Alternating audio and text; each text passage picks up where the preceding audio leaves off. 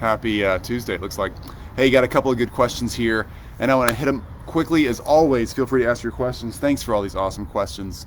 We just want to make sure everybody's digital agency, digital market is moving forward. There's so much freaking opportunity right now. And I know we talk a lot about time efficiency in here, but we're spending a lot of time lately just on hustle and right. I'm not a huge fan of the hustle lifestyle just to do it.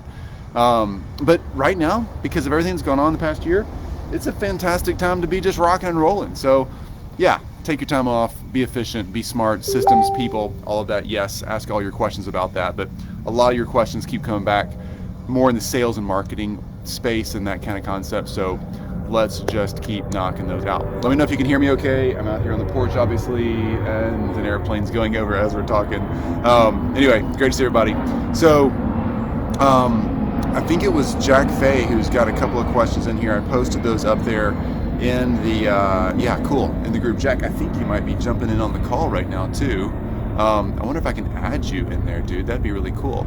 I'm just not quite sure how to do that. But if I could add you in, I totally would if you want to answer some questions or jump in on this one. What's up, Laura? Good morning. So let's just dive in here then on Jack's questions. First up, the CBD thing. I'm going to answer that question first because it's a really good one and it's an interesting one that is kind of tough to market. Yeah, Jack, dude, I see your comment. I wonder if I can add you to the call from my computer. Let's see. I can't figure out how to do that, dude. That'd be so sweet, though. I'm scared if I click on your name, I'm going to actually kick myself out of the call. Kelton, yeah, face looks better, man. Thanks. Feeling a ton better. The infection that I got up here from longboarding with a powered skateboard out in the fields, totally better now. I'm just healing up a little bit of it's like almost bruising looking stuff. Anyway, it's getting better, way better. So, Jack, feel free to ping in with more questions. The CBD thing, dude. That's a tough one on Facebook, as we all know. Anything like that on Facebook is pretty tough about all kinds of marketing like that. Ian Dixon, I mentioned Ian in the comments there. In the comment you posted earlier, you need to lean in on Ian Dixon. Make that connection. He is a freaking genius when it comes to any kind of supplement and e-com type selling on Facebook or direct to consumer. He's built amazing products and amazing success out of his own business, and he does a lot of consulting and coaching around that as well. And I'm sure he wouldn't mind jumping on a quick phone call with you to point you in the right direction. He's a great guy. We've worked together in the past and just think he's fantastic. So knock that one out. That's the best I got in the CBD thing. It's just complicated and you have to be careful with how you market that, particularly when you're going through another social platform like Facebook or something like that. Let's hit the, what's up, guys? It's great to see everybody. Kelton, Tim, good to see you, and Laura, and yes, everybody. It's so great to see all y'all. Sorry, I'm looking at my phone to see who's here. So let's talk about the marketing to medical or dental professionals. Now, this category right here, this happens to be my wheelhouse. If there's anything I know a lot about when it comes to just straight up marketing, I've spent the past 20 years tinkering with this market, and we're really good at it. All right, so I'll tell you anything you want to know. No secrets. There's no competition here in my mind. There's plenty of fish in the sea. I have no reason to hide any of this stuff. But in this category, this genre, this could be chiropractors, it could be surgeons, it could be subspecialists, it could be dentists, it could be orthodontists, it could be people in nursing, it could be general practitioners. It doesn't matter. All of this is the same. Okay, here's the differences between all these markets. Ultimately, the biggest difference between all of this is the higher priced procedures make you more money. So think of this when it comes to the medical or dental world. The more expensive the procedure, all right, that the medical professional, medical or dental professional gets to do. If it's a really expensive dental procedure, let's say, the $10,000, full smile reconstruction kind of thing, $20,000, $30,000, those things get expensive. If it's that kind of thing, that is a very valuable thing for you to be able to market to, okay? So ultimately, if you're working with a general dentist, let's just say you're working with a general dentist, they do some high-end procedures, but they don't do as many high-end procedures as a specialist would do. Someone who's doing implants, like a full implant doc, and that's all they do is implants. They're a dentist, but they also specialize in implants, like crowns and bridges and stuff like that. I guess I'm not an expert in that field. if you're in the physician world and you're working with physicians, a pediatrician or a general practitioner, just a regular doctor, is not going to be as good a client for you as someone who specializes, like a surgeon that's a super specialized surgeon. Okay, now in that, there's even a subset of that. The ones who work directly for a hospital are really just non-starters for you, okay? If you work with a dentist or medical professional who works directly for a large medical or dental facility, or they work for their dentist, but they work for one of those nationwide dental companies, just stop. It's just, you're simply not going to get the decision maker, and you're not going to have a good time working for them. But if you can work with ones who are sole on their own, or with a few other docs, and they're in there doing their thing, that's fantastic, all right? You just don't want them working for a big corporation. All right, so the more specialized the doctor, dentist, chiropractor, nursing group, whatever they are, physical therapy group, whatever they are, the more specialized, the better. And they need to work for themselves or with a small partnership, okay? And then it comes down to you helping them bring the perfect, most profitable kind of patient to their door. That's what matters, okay? So the sales pitch that we make, what's up, Sheridan? Great to see you. The sales pitch that we make in the medical or dental space is always not, we can build you a new website, we can handle your social media, whatever. That's so boring. So many people are out there pitching that. We do all that, yes, but they don't want a social media presence, and they don't want a flashy website, and they don't want some YouTube channel they might think they want. What they want is a high-end procedure that brings them the most cash possible for the least amount of time. Just like you want a really great client, right? You don't want dentist because you just have a passion for seeing teeth on websites. You want a dentist because you believe, Jack, in your situation, that you believe that's going to be a great client for you. Well, same with them. They want a patient they believe is going to be a great patient for them. So you need to do a little bit of homework and make sure you can find out and understand who is this person that you're marketing to. What's up, Rock? Good to see you, dude.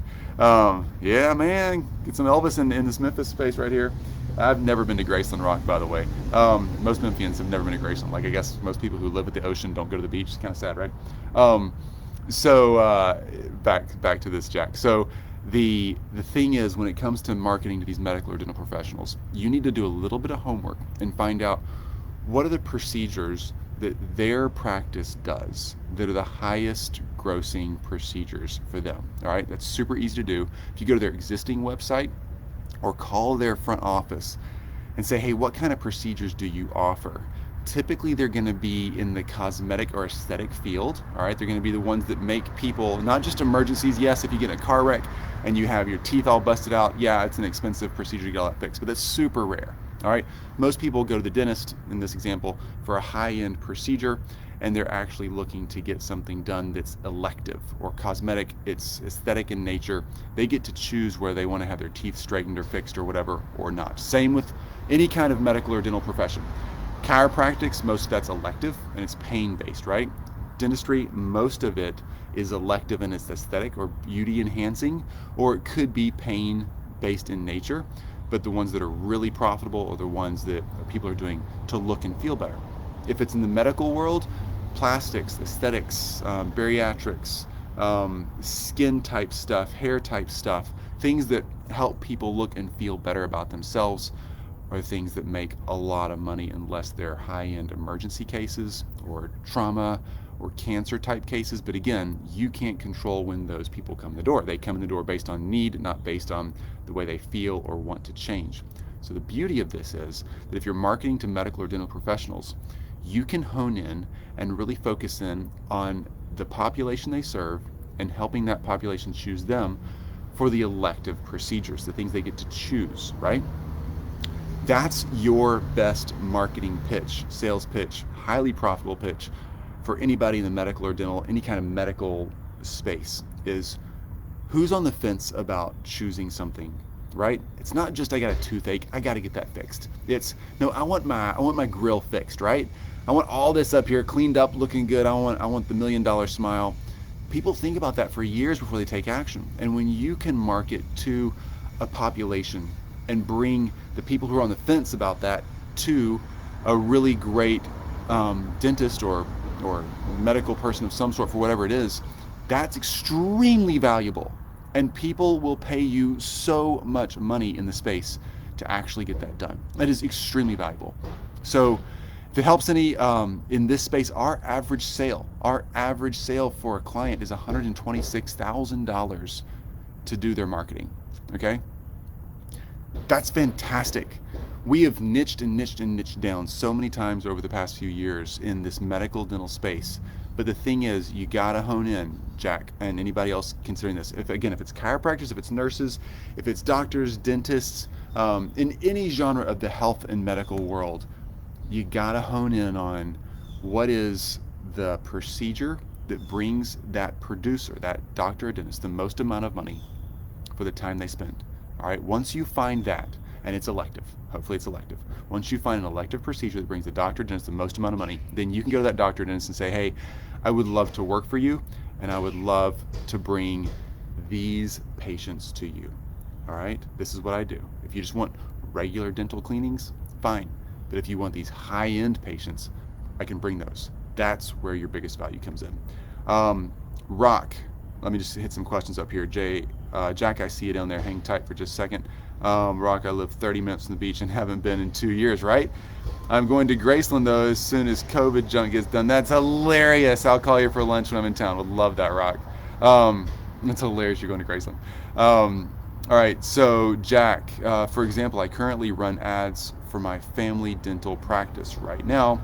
We're running dental implant and general periodontal ads. Periodontal is gum disease. So I still want to determine if the high ticket procedure, so I still want to determine the high ticket procedure, even if it's not cosmetic. So I still want to determine, yes, those high-end procedures, what's up, Matt? Those high-end procedures are super valuable. It's good to see you, Matt. Glad you're here. And even in the periodontal space, that's fantastic, because those are high-end procedures. Implants, awesome.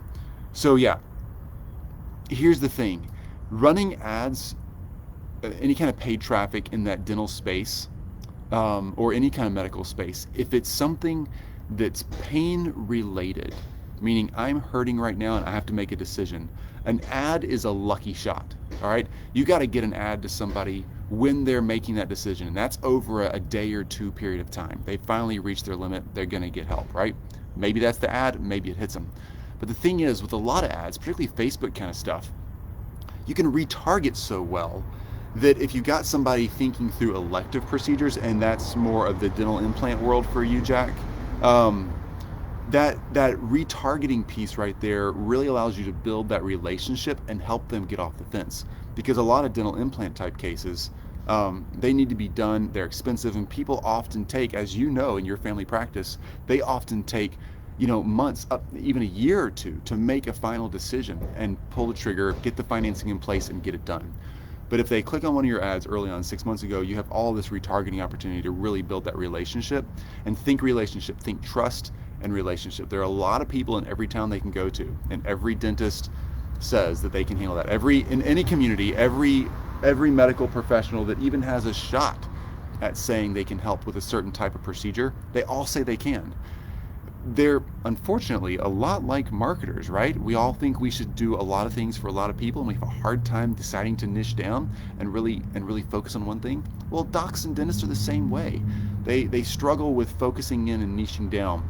And it's important to let the people know that are looking for this kind of procedure, hey, this is our specialty. We're building a relationship with you. We're trusted. Here's some client testimonials. Here's some videos. Here's how our procedure works. Here's what the recovery time looks like. Here's what you can expect in the office.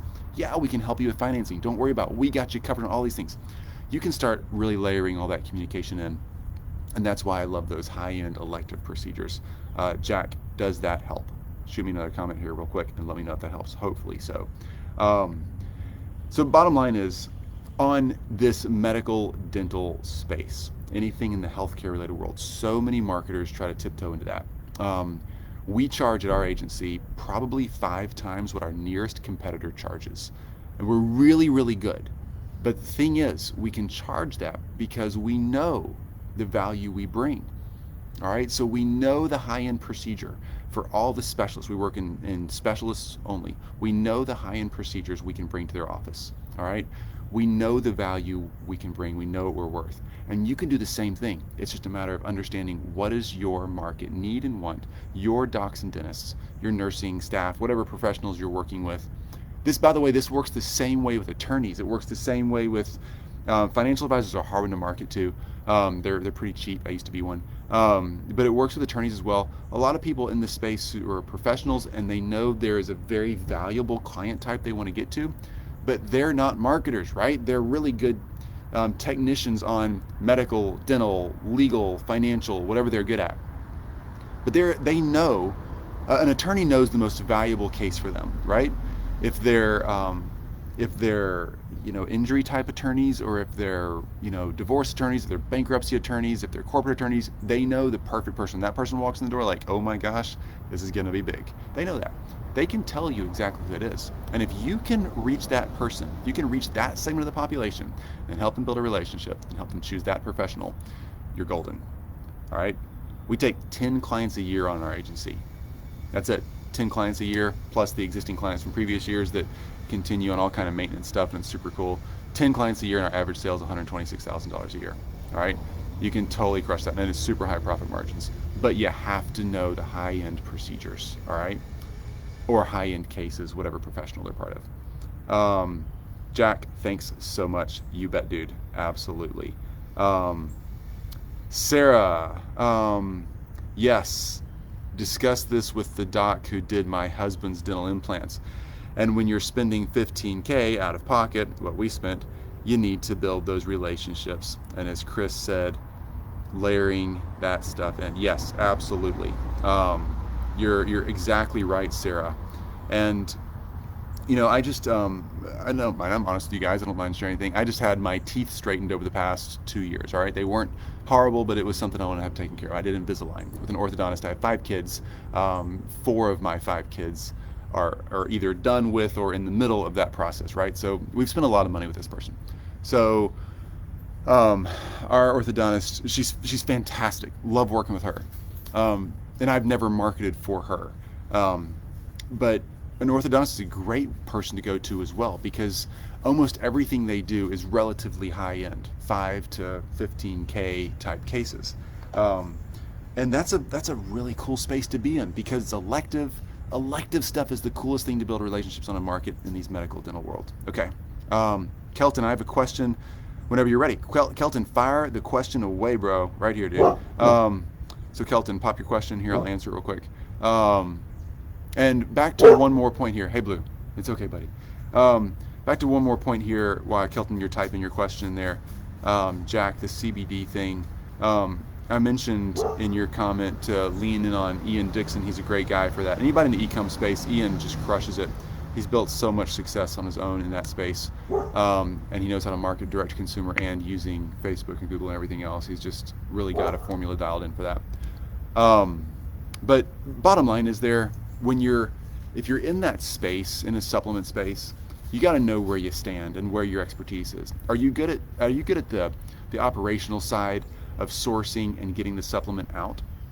Or are you good at marketing and selling? Typically, people are good at one half of that, right? They're really good at the operation side, or they're really good at the marketing and selling side. And whichever side you're good at, lean in on a person who's the expert in the other side. If you got to hire that out, if you got to outsource it, if you got to hire somebody into your team that's an expert, bottom line is fill that weak spot. Don't try to become an expert in both. You'll just waste an enormous amount of time, and it's simply not worth it. All right, Kelton, if you're going to ask your question, dude, this is it, bro. I'm going to jump off here in a second, but if I see your question pop up, I'll answer it. And then I'll be back, obviously, on Thursday. So Jack, anybody else, if you're in that space, whatever space you're in, marketing, fulfillment on websites, if you're doing supplements, if you're doing copywriting, if you're an awesome closer, you're probably not an awesome operational person. All right? So find people who are awesome at operations. Let them do that for you. If you're and go close stuff, or sell out on your closing skills. Like, go make that your agency model. If you're awesome at operations, then fantastic. Find a closer, right? Find a sales team. I like not working. So I have an amazing operations team and a sales team, right? because I love building teams and systems, and I love seeing how efficient we can do everything. And so why not get both? Ultimately, build what you want to build and create that lifestyle you want to create. Andrew, what's up, dude? Great to see you, man. Sheridan, amen. Thanks for the reminder on that. You bet. Okay. Well, Kelton, there you go. Boom. Just in time, Kelton. I was about to wrap it up. So I'm having a hard time balancing everything in the agency. Is it good to hire a VA and a closer? Yeah, Kelton, great question. Feel free to flesh that out. Any more and more comments if you want to. So having a hard time balancing everything in the agency. Boy, don't we all feel that. And is it good to hire a VA and a closer? And then David says, stick to your strengths. That's quickly becoming my mantra. Yeah, David, great tip there. So here's what I would do, Kelton. Depending on cash flow, I would hire, depending on cash flow and your strengths, yes, let's balance those two for a second. But generally, I would hire a VA first, all right? Unless you're just really focused at doing basic admin work and that just happens to be your wheelhouse and you love doing it, and if you could do that for free the rest of your life, basic admin work, you do it, then great, do it. But most of us can outsource with a simple VA system, a simple VA staff, even for a couple hours a day, very low cost. You can outsource a lot of time, all right? There's a lot of decision fatigue that happens with us as entrepreneurs. Emails, calendaring, basic Q&A stuff, scheduling yourself on somebody else's podcast, whatever it is. A lot of those things can be handled. Replicating websites, copying and pasting files, all kind of stuff. A basic VA can handle. And you can teach a lot of those things really, really easily. And so handing that off first will allow you to free up two things. One, the decision fatigue. You'll be able to process more information, be more strategic by not having to handle all the minutia. Also, you'll be able to sell and close more, all right? So what I would do is I would find a basic VA first to help offload the basic work that's just bogging you down. And then I would take that hour or two a day. You're going to pick up relatively quickly. In a few weeks, you're going to pick up an hour or two a day of time. And I would use that to prospect and sell a little more. I would increase your pricing just a bit and then use that increased revenue. You're going to sell another couple of cases because you're going to have increased time to do that. And then use that to hire a little bit better VA or a closer. If you hate closing, then you could start sharing a commission, increase your pricing so you can have fluff in there for a commission structure. You could find a closer and start with that. But the basic VA is where I'd start, and then that frees up a little bit of time and headspace so you can be more strategic. All right, that's what I'd do first. And then Kelton, because I can't seem to close new deals and balance everything. Hey, you bet. Awesome. Thanks for all the love there. Can't seem to balance everything, yeah, and closing new deals, everything at the same time. I so get that. I've been there, and I feel that. I feel that fatigue as well. Thanks, Ruthie. Great to see you. I feel that fatigue as well sometimes, Kelton. Particularly, interestingly, as much as I've been working virtual for the past 15 years of my life, this whole time that we're in right now has been emotionally tiring, right? I think a lot of you feel that way as well. Let me know if you do. It's been emotionally tiring, and the fatigue of all this is starting to wear on me. And interestingly, that does impact our closing rate, and it impacts how efficient we are at our business model and all that kind of stuff. So having a great team helps, but also just building community has helped as well. So anyway, I know you got a lot of work to balance, Kelton, that's what you're targeting, but some of this just comes from the nature of what we're in right now. This sounds silly. It doesn't sound silly, this is who I am. So I love being outside, I like skateboarding, all right? So I have an electric skateboard, I have an electric scooter that's really jacked up. It's like a bird scooter on steroids. And we're getting another electric, really cool cafe racer style bike here in a few days. And we're building an electric, like personal electric vehicle community on Facebook that's just locally oriented so that we can do group rides and hang out at restaurants and do cool stuff. Long story short on that, the point of that is just to get out and be in a safe, outdoor, fun environment with a bunch of random people. We all share a similar passion for toys, and it's just a way to build community, right? Things that we used to do that we took for granted happened naturally pre-pandemic. Remember to like think intentionally about how to do now. That's helping on just lightening the emotional load of all this too. So yeah, closing new deals while you're overworked is hard, Kelton. Start with the VA, get some work hours down, and focus on closing. I would also say if that VA frees up 2 hours a day of your time, let's say, take an hour of the day to work on prospecting and closing, and take the other hour of the day it frees up and take an hour off early. Just start getting done with work an hour early a day if you can. Just that little bit of refresher will mean so much to your headspace. Janice, awesome to see you. David replying to Kelton, I definitely find more than I can get actual work. I definitely find the more I can get actual work off my plate, the easier it is for me to sell more. Yep, it almost just happens automatically. Yep, really like magic. That is so true, David. Just having space, right? Kelton, I think admin is more so where I should be. I totally agree with that. And David, Chris Williams, any suggestions on best place to find VAs?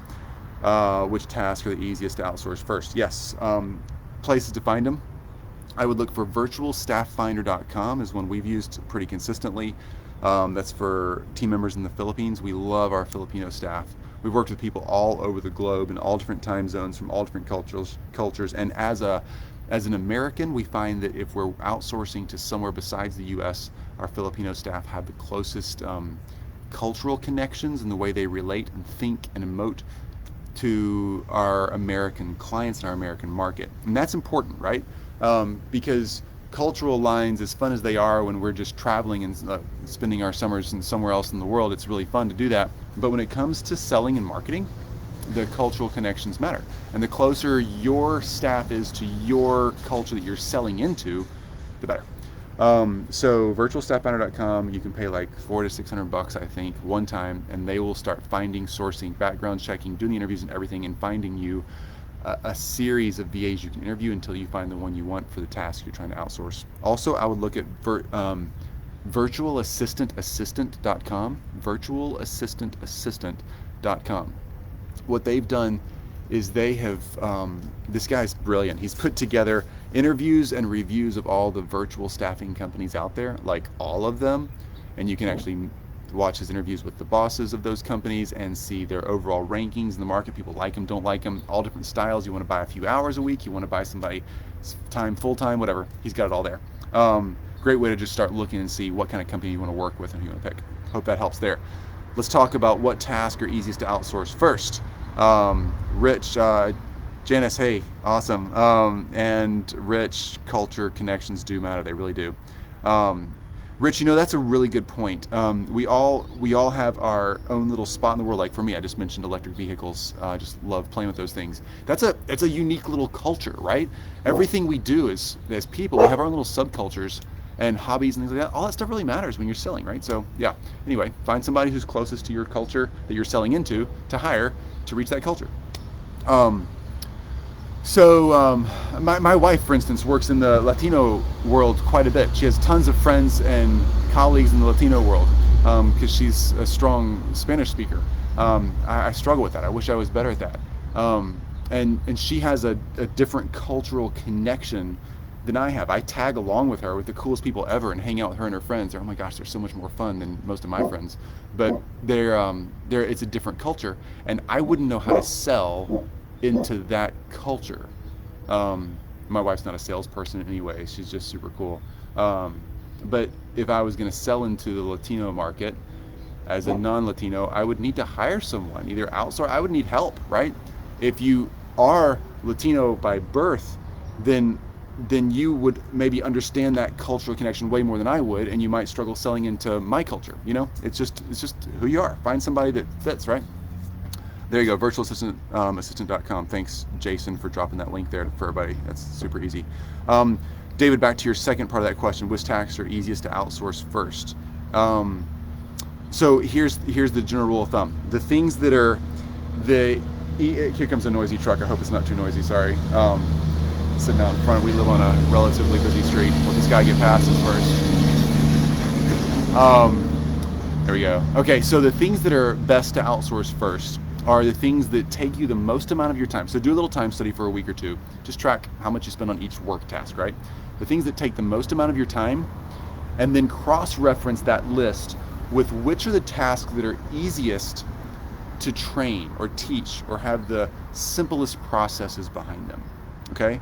So often I mention things like emailing and calendaring and basic proposal prep, or if you're like a website builder, there's a lot of repetition in website builds, a lot of framework that's built the same for every one of your clients.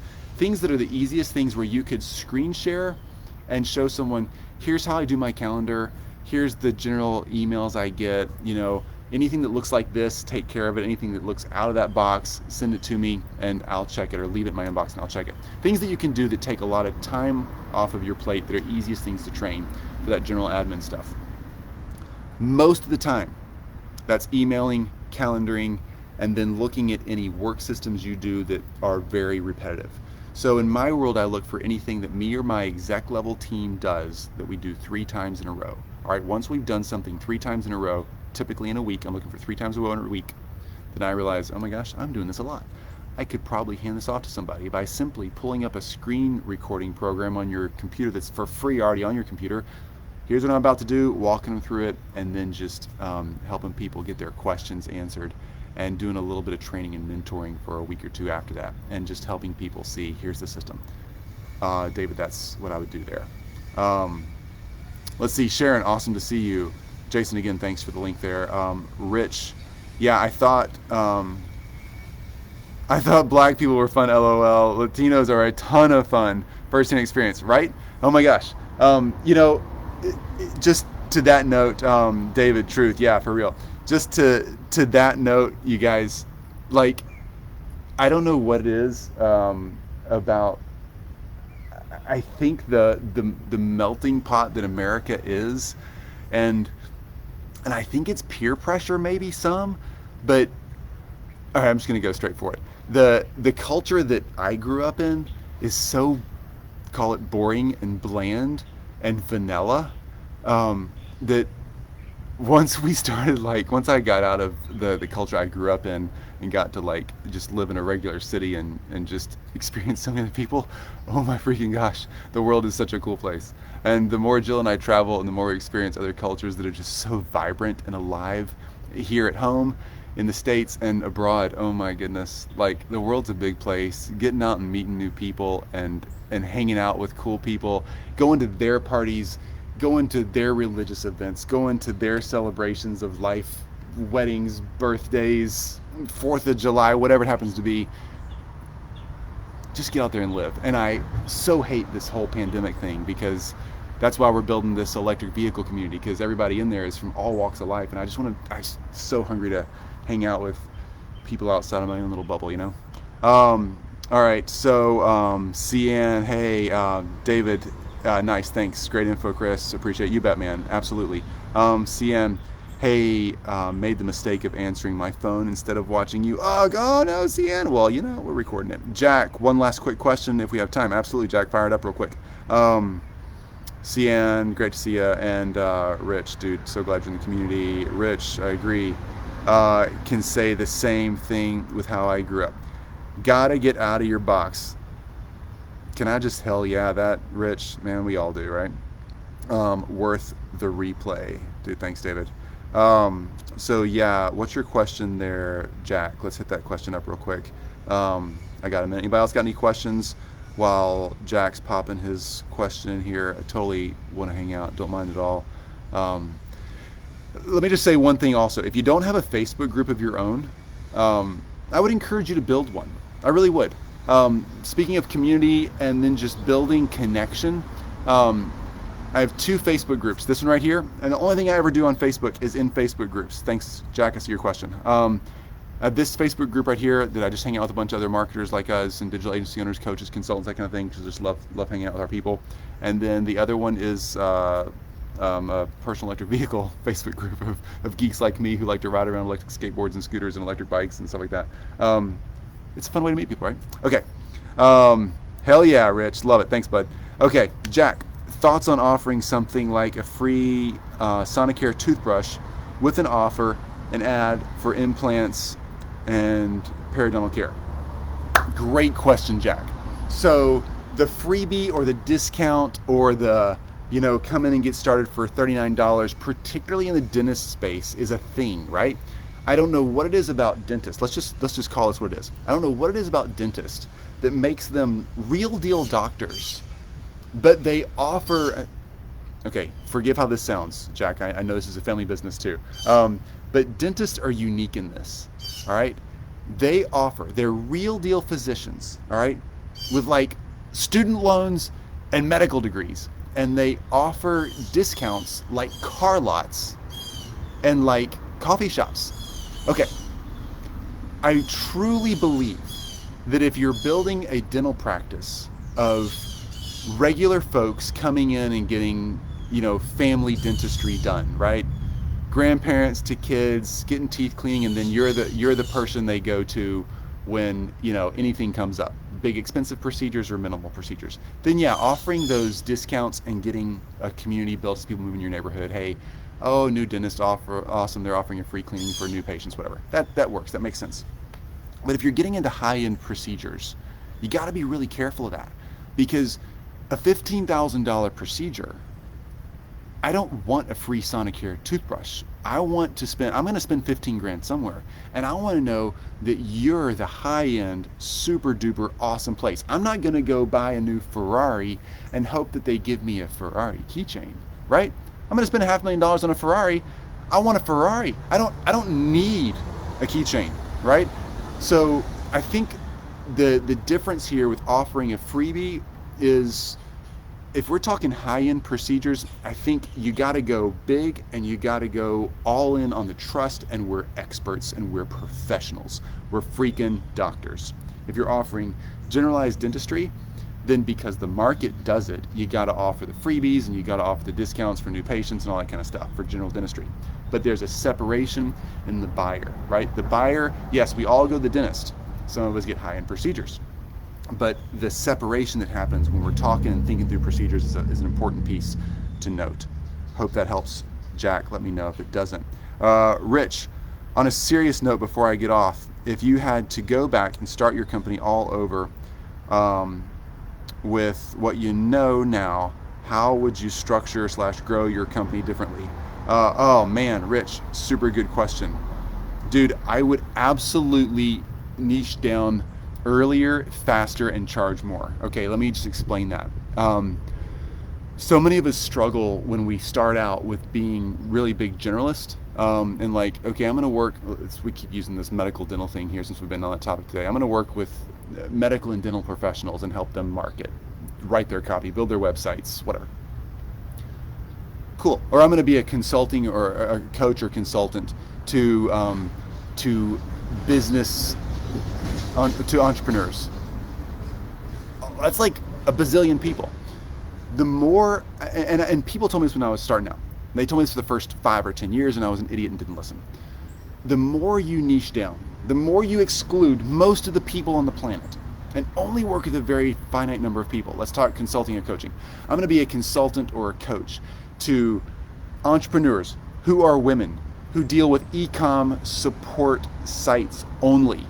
Okay, that just got insanely niched down. I'm going to consult and be a coach to entrepreneurs, that cut a lot of people out of the world, who are women, that cut the group in half, who only work on e-com support site systems, like they build e-com sites.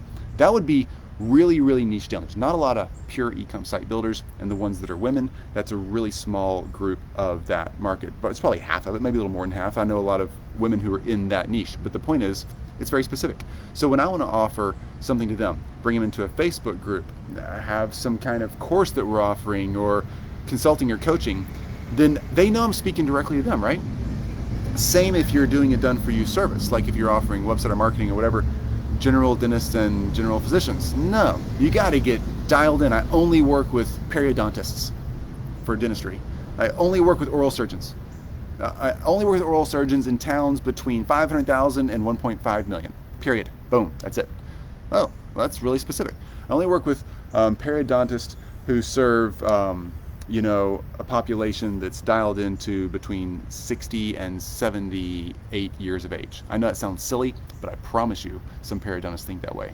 And those are the ones that are going to be like, oh, you're that dialed in? You know how to communicate to seniors only for periodontists services? Yeah, let's talk. You're going to get way more open doors, and when you do get to the pitch, you're going to be able to sell. This is the second part of that, charge more. You're going to be able to sell your services at a multiple effect, like meaning 2 to 5 times more, maybe 10 times more than the other competition, because they know you're going to get results. They know that what you're going to offer actually brings in the people they want to talk to, and that you know what in the world you're doing.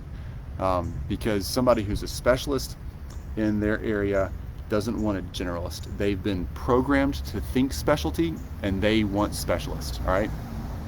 So hope that helps, Rich. That is what I would say. Those are the two things. Jack, totally. Thanks again, Chris. You bet, dude. Great to see you here.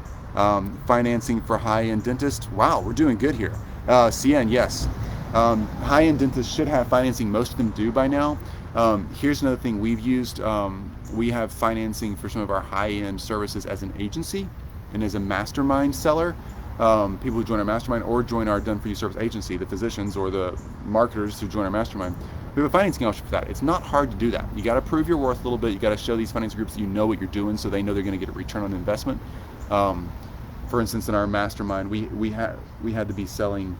I think we had to be making $75,000 or more per month in our mastermind, and showing that we had like a really high success rate in our mastermind students in order to get financing for mastermind students, because the financing groups want to know that what you're doing produces results and revenue, so they'll get paid back by your clients, right? Same with done for you services. We had to show that we were able to market, able to bring resources, and then our clients could get financing for the done for you services.